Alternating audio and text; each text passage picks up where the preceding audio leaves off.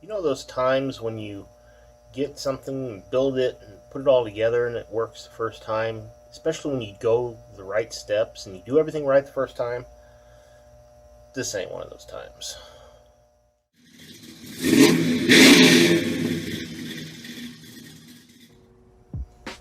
Welcome back, guys. This is part 2 of our Jeep series. If you watched the first video, you'll see that we did quite a bit of work off camera. We just weren't able to film. It was in the middle of winter time. But now the Jeep is more or less together. It still doesn't run, but when I put the new header on, we found out that it doesn't really fit. They said it was supposed to be off of a 91.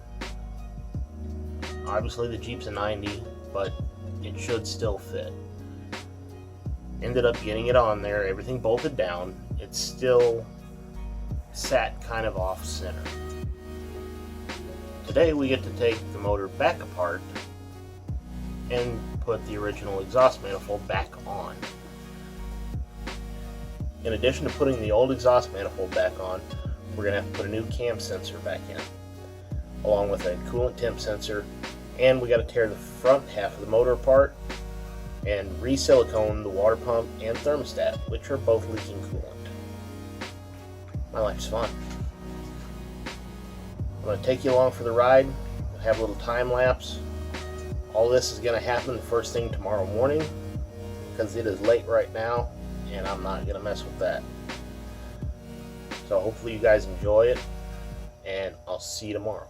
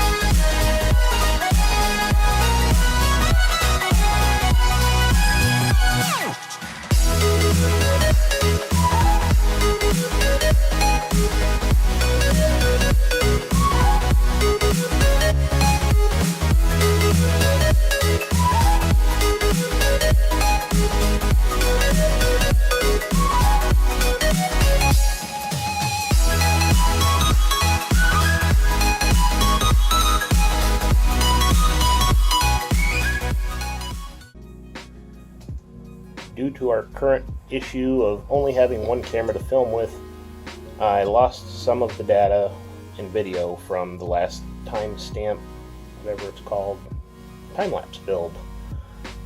Mostly because the camera was mounted way up there, which required a ladder. For a big guy like me to get up there and mess with that every 30 minutes or so just ain't gonna work. Next time-lapse will definitely be using an extension cord and a charger so that I don't lose any kind of footage. But here's what we've got done after the camera died. We're in the process of changing out the thermostat gasket and the water pump gasket because both of them have decided they're going to leak. And after doing that, we put the motor back together. We use some of the right stuff as a gasket material instead of actually using a gasket. Also relocated this temperature sensor from the bottom of the block up to the top. I'm going to have to cut this wire out of the loom and bring it back down to where I can hook up with this and actually have some kind of temperature readout. I do have a mechanical gauge hooked up down here that leads up into the firewall, and it's all hooked up inside so I can read actual digital analog gauge. But essentially all we've got left to do on this, I don't know if you're going to be able to see it or not, but we've got to hook the bottom half of the exhaust back up. We got the original manifold back on, power steering pump's hooked up, everything's all tightened down, adjusted, and we're just left with basically 3 or 4 wires. We're also going to have to change out the crankshaft sensor again. I did get a new one and it got tested, shows to be good, so I'm hoping that that is part of the reason why this thing won't start. I've also got the original computer I'm going to hook back up because I'm just tired of screwing with it, and maybe the new computer's bad or it needs to be flashed, which I never got done. And hopefully after that I'll be able to fill up the radiator and it will no longer leak, and we should be able to bleed the system, get ready to start it, and maybe it will actually start. Okay, friendly reminder, if you decide to take the exhaust manifold or intake manifold off, you will want to get some new spring washers. There's the actual Mopar number. And keep in mind, these only come on, focus. There we go. focus. There we go. This only comes in packs of 4, and the 4-liter takes 9. So you will have to buy 3 packages. But it's worth it because you do actually have the opportunity to replace some if you lose them.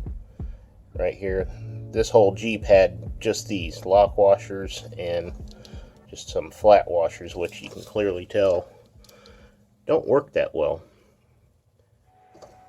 You get a much better clamping when you use these spring washers. You're going to want to install them with the top of the cone pointed towards the bolt head and the domed end facing the cylinder head wall. And then you just torque to spec and everything will work like it's supposed to. Alright, that sums up this episode of our Jeep Cherokee XJ build.